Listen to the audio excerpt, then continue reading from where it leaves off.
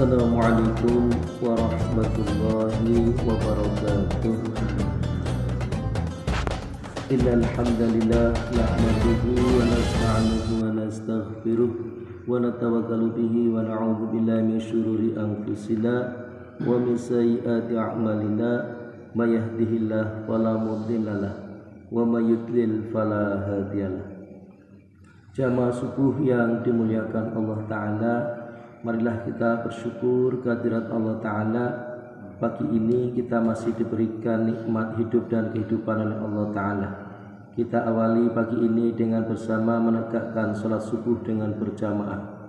Dilanjutkan dengan berzikrullah dalam hati kita masing-masing. Dan kita lanjutkan pula dengan duduk dalam majelis ta'lim wa ta'lum, yaitu kita menyampaikan atau mendengarkan pembacaan hadis dari Rasulullah SAW yang diambil dalam kitab Fadilatus Shadaqah, yaitu tentang anjuran zuhud dan qanaah, masih berada di hadis yang ke-9. A'udzu billahi minasyaitonir rajim. An Abi Hurairah radhiyallahu anhu anin Nabiy sallallahu alaihi wasallam qala la yazalu qalbul kabiri syabban fi isnataini fi hubbi dunya wa tulil amal.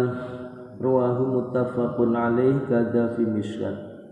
Dari Abu Hurairah radhiyallahu anhu berkata, dari Nabi sallallahu alaihi wasallam, beliau bersabda, hati orang tua selalu muda dalam dua hal. Yang pertama dalam cinta dunia, dan yang kedua panjang angan-angan. Hadis riwayat muttafaqun alaih dalam kitab Mishkat. Keterangan lanjutannya sebagai berikut. Abu Sa'id Al-Khudri radhiyallahu anhu berkata bahwa pada suatu ketika Rasulullah SAW datang ke masjid. Pada waktu itu sebagian orang tertawa terbahak-bahak sehingga gigi mereka terlihat. Maka Rasulullah SAW bersabda, seandainya kalian banyak mengingat mati dan yang menghancurkan segala kelezatan dan keindahan, maka kalian tidak akan menyibukkan diri dengan banyak tertawa. Kubur selalu membuat pengumuman setiap hari, aku adalah rumah untuk dihuni seorang diri. Aku adalah rumah untuk didiami dalam keadaan terpisah dari sahabat-sahabat. Aku adalah tempat ulat-ulat yang menanti mayat untuk dimakan. Apabila seorang beriman dan soleh diletakkan di dalamnya, maka kubur akan berkata, selamat datang, kedatanganmu sungguh diberkahi. Aku sangat gembira karena engkau datang. Di antara semua orang yang berjalan di muka bumi, engkaulah yang paling aku sukai. Hari ini engkau datang kepadaku, maka aku akan memperlihatkan pelayananku kepadamu. Setelah itu kubur menjadi luas sejauh mata memandang. Satu jendela surga terbuka, maka angin surga serta keharumannya tercium dari kuburnya. Tetapi apabila yang dikubur itu banyak dosa atau kafir, maka kubur akan berkata, kedatanganmu tidak diberkahi, celakalah kamu. Aku sangat tidak suka dengan kedatanganmu. Di antara semua orang yang berjalan di muka bumi, kamulah yang paling aku benci. Hari ini kamu datang kepadaku, maka aku akan memperlihatkan sambutanku kepadamu. Setelah itu kubur akan menghimpitnya sehingga tulang-tulangnya saling berhimpitan. Rasulullah SAW memberi isyarat dengan menyilangkan jari-jari tangan beliau yang mulia. Bagaimana tulang-tulang itu saling berhimpitan. 70 ekor ular akan mematuknya. Ular itu sangat berbisa. Jika sekali saja ular itu mengeluarkan bisanya di atas muka bumi, maka tumbuh-tumbuhan di bumi tidak akan tumbuh lagi sampai hari kiamat. Ular-ular itu akan terus mematuknya hingga hari kiamat. Setelah itu Rasulullah SAW bersabda, kubur merupakan salah satu dari taman-taman surga, dan lembah dari jurang-jurang neraka. Abdullah bin Umar radhiyallahu anhu berkata bahwa suatu ketika seseorang bertanya, "Ya Rasulullah, siapakah orang yang cerdik lagi pandai?" Maka Rasulullah Shallallahu Alaihi Wasallam menjawab, "Orang yang selalu mengingat mati dan senantiasa sibuk membuat persiapan untuk kematian. Orang seperti itulah yang menyandang kemuliaan di dunia dan pangkat tertinggi di akhirat." Diambil dalam kitab At-Targhib. Umar bin Abdul Aziz rahmatullah alaih suatu ketika ikut mengantar jenazah. Setelah sampai di kuburan, ia memisahkan diri dari rombongan lalu duduk memikirkan sesuatu. Seseorang bertanya kepadanya, "Wahai Amirul Mukminin, apa yang menyebabkan engkau duduk di sini sedangkan engkau adalah wali bagi jenazah itu?"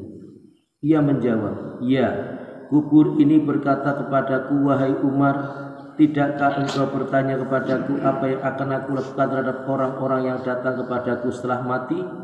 Aku bertanya kepadanya, "Beritahukanlah kepadaku." Kubur berkata kepadaku, "Aku koyakkan kain kafan mereka, aku hancurkan tubuh mereka hingga berkeping-keping, aku hisap darah mereka, aku makan daging mereka. Maukah aku beritahukan apa yang akan aku lakukan terhadap persendian mereka?